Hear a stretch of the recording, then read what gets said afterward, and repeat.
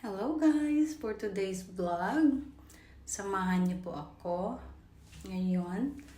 So ito po, kasi magbabakasyon kami for just a week. Nagpalinis muna ako ng paa. Ayan. So para naman presentable yung ating mga kuko. Minsan lang ito, so kailangan ano. So ayan, si Captain. Paalam muna kay Captain. Bye-bye. Today po ay ang aming biyahe papuntang Hong Kong. So bye-bye rin kay Scarlett. See you later, Scarlett. We're gonna miss you.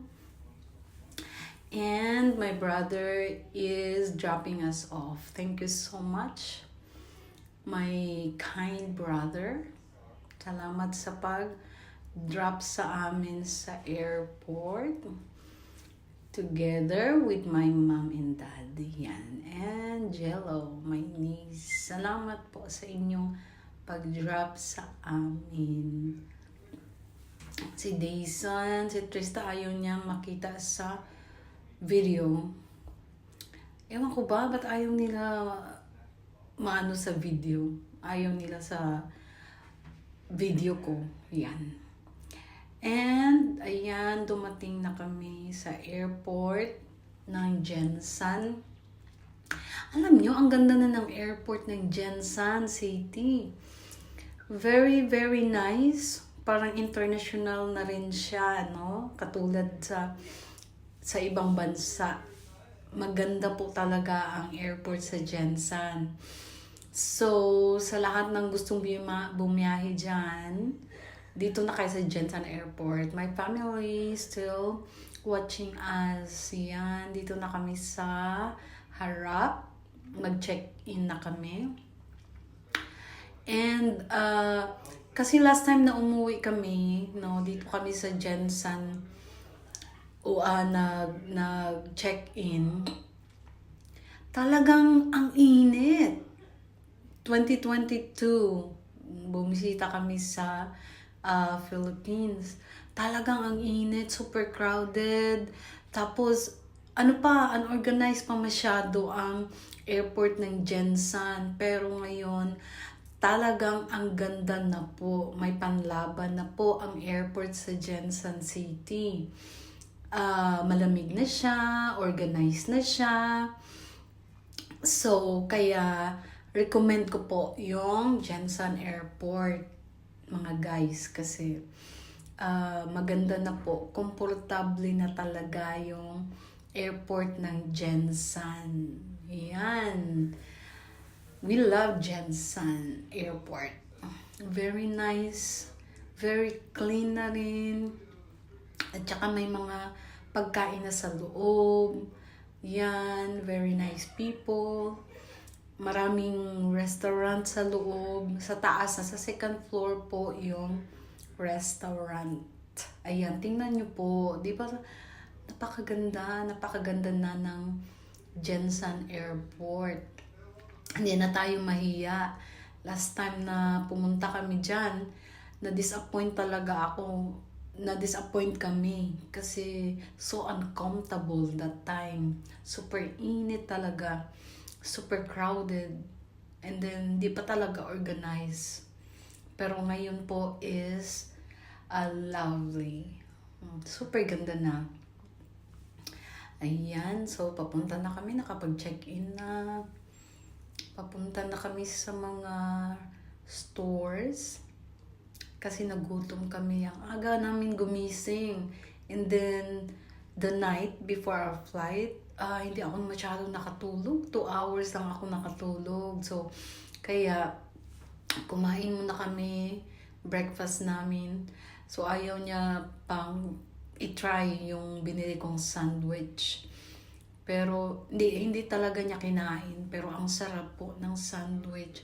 Chicken sandwich po yung breakfast namin. So, kami na lang ni Dayson ang naghati ng breakfast na yan, yung sandwich. Sarap, we enjoy po yung sandwich. Ang sarap, yan. Ang daming mayo. Yan, masarap po talaga siya. So, nasa loob na kami ng eroplano. Excited na po kami sa aming flight. Yan, ang daming tao. We took PAL, Philippine Airlines. Super ganda po ng PAL. Hindi po talaga kayo ma-disappoint.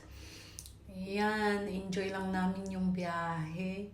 Pero alam nyo ba, galing ng Jensen that day, or kahapon, talagang bumpy siya, no? Grabe yung kasi maulan. Hindi pala maganda pag medyo dark yung yung maulan-ulan na bumiyahe. Kasi yung turbulence ba? It was bad turbulence. Not too bad, pero shaky lang talaga. Shaky lang siya, yung eroplano. Ayan, maglaland na kami sa Maynila. Ang ganda po ng view. Ganda po talaga ng Philippines, no? Blue water. Super ganda, lalo na sa mga provinces. Blue water yan. And white sand. Malapit na kaming dumating. And medyo natakot rin ako kasi yun nga, no? Turbulence or bumpy yung bumpy yung biyahe namin kahapon. Ang ganda ng view ng Maynila. Ayan, enjoy lang yung biyahe namin kasi after ng Maynila, nag-stop over kami mga 1 oras. Kasi lumabas pa kami ng Terminal 1 and then pumunta kami ng Terminal 2. Galing kami ng Terminal 2 and then pumunta kami ng Terminal 1. Ganun ata. So anyway, ayan. Nagland na kami sa Manila Airport. Ayan.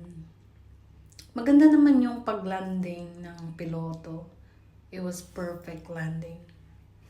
Ganda ng PAL talaga. Ma-compare mo talaga sa Cebu Pacific. And then, walang delays, no? Bihira lang talaga mag-delay or mag-delay si PAL. Sa Cebu Pacific kasi, super ewan ko lang ngayon ha, pero last time po is may delay sila, no? May ilang oras. One time nga, na-delay ako ng 3 hours. Diba? So discouraging. Pero si PAL talaga ang bilis. Dire-diretso ang biyahe. Yan po. Thanks for watching.